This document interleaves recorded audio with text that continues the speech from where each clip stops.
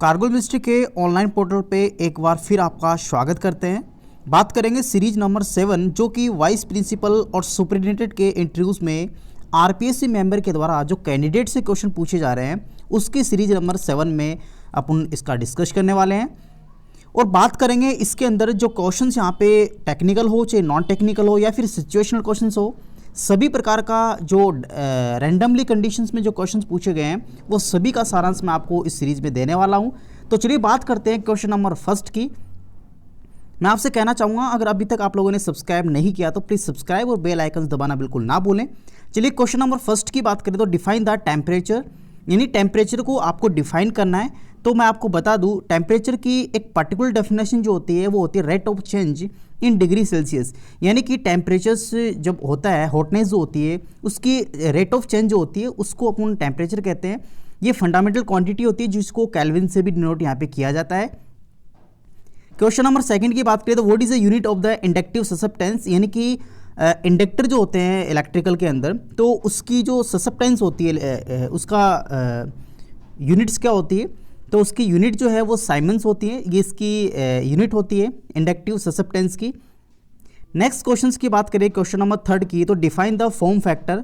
ये आपका most ऑफली अल्ट्रालेटिक current जो होती है उसके अंदर फॉर्म फैक्टर, पीक फैक्टर, आपके एवरेज फैक्टर, आरएमएस वैल्यूज़, ये यहाँ पे कुछ टर्म्स हैं। तो मैं आपको बता दूं जो फॉर्म फैक्टर होता है the ratio of the RMS values to the average values, it's called a form factor. Form factor most awfully आप लोग peak value sorry average value और आरएमएस के रेशियो से बनाते हो।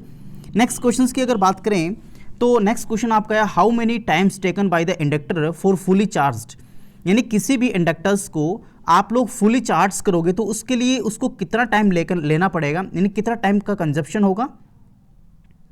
तो इसके आंसर की अगर बात करें तो 5 टो यहाँ पे होता है। टो का वैल्यू जो होता है L/R होता है। मैं इंडक्टर की बात कर रहा हूँ, कैपेसिटर में यहाँ पे LR होता है। तो यहाँ पे 5 टो जो होता है वो मैक्सिमम चार्ज्ड टाइम टेकन होता है कैपेसिटर इंडक्टर के द्वारा।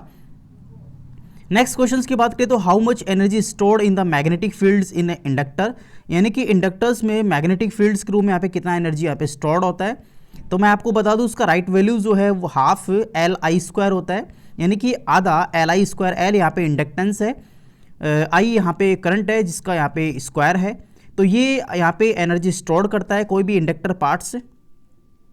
यहाँ पे इंडक्टर्स मोस्ट ऑफली आपका एज ए वाइंडिंग्स फॉर्म में होता है जिससे मैग्नेटिक फील्ड्स डेवलप होता है, जिसे आप लोग यहाँ पे फ्लक्स भी कहते हो।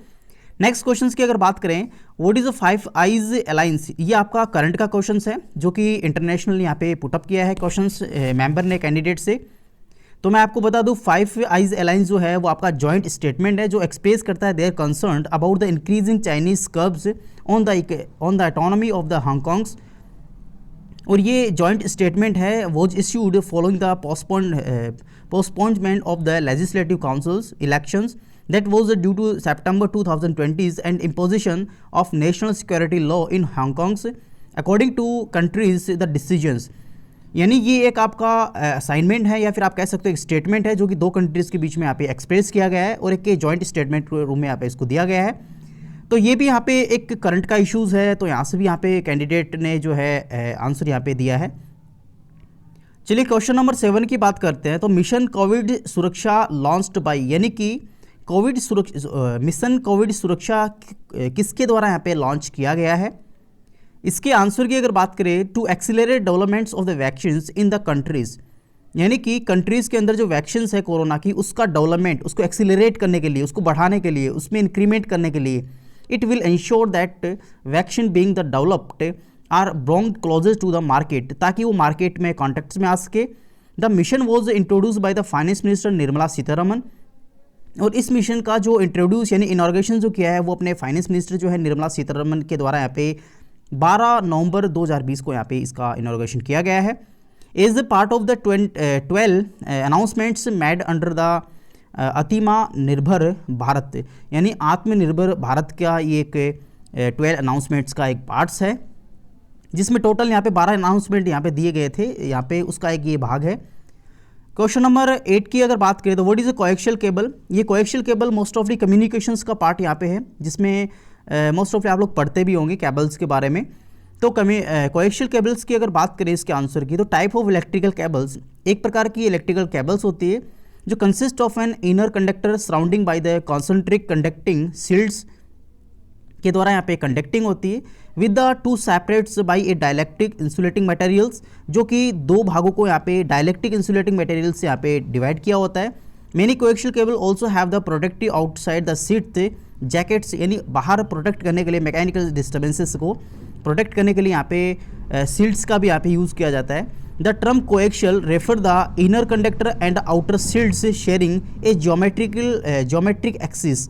तो यहाँ पे कोएक्शियल जो है यानी दो यहाँ पे एक्शियल्स यहाँ पे यूज़ की जाती है, इनर और आपकी आउटर में मैकेनिकल डिस्टर्बेंसेस को प्रोटेक्ट करने के लिए यहाँ पे सील्ड्स लगाई जाती है, और इनर में आपका कंडक्टर होता है, यानी लाइट फॉर्म होती है जो कि सिग्नल्स का काम करती है। नेक्स्ट क्वेश्चन की बात करें तो what is the internet and intranet, यानी कि इंटरनेट और इंट्रानेट टर्म्स में मोस्ट ऑफली क्या डिफरेंस है।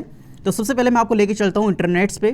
तो इंटरनेट एक ग्लोबल सिस्टम है जो इंटरकनेक्टेड करता है कंप्यूटर्स नेटवर्क्स को that use the internet protocol sites, जिसमें TCP और IP यानी आपका इंटरनेट प्रोटोकॉल्स के यूज़ से आप लोग सफरिंग करते हो, and communicate between the networks end devices, और आपकी डिवाइस और नेटवर्क के बीच में आप लोग कम्युनिकेट भी यहाँ पे स्टैब्लिश करते हो। It is a network of the networks, ये एक नेटवर्क्स का एक नेटवर्क है जो कि private, public, academics, businesses and different type के गवर्नमेंट नेटवर्क से यहाँ पे जुड़ा होता है। नेक्स्ट बात करते हैं इंट्रानेट की। अगर बात करें तो ये एक प्रकार का इज ए कंप्यूटर नेटवर्क, ये भी एक कंप्यूटर नेटवर्क है जो कि शेयर करता है इन्फॉर्मेशंस को और कोलिब्रेट करता है टूल्स, ऑपरेशन सिस्टम को एंड अदर कंप्यूटिंग जो सर्विसेज होती हैं उसको कंप्यूट या फिर ऑर्गेनाइज करने के लिए यहाँ पे यूज़ किया जाता है। यूजुअली अगर बात करें तो exclusion of the access of by the outsider, most of the outsider के लिए यहाँ पे यूज़ किया जाता है उनके द्वारा ही।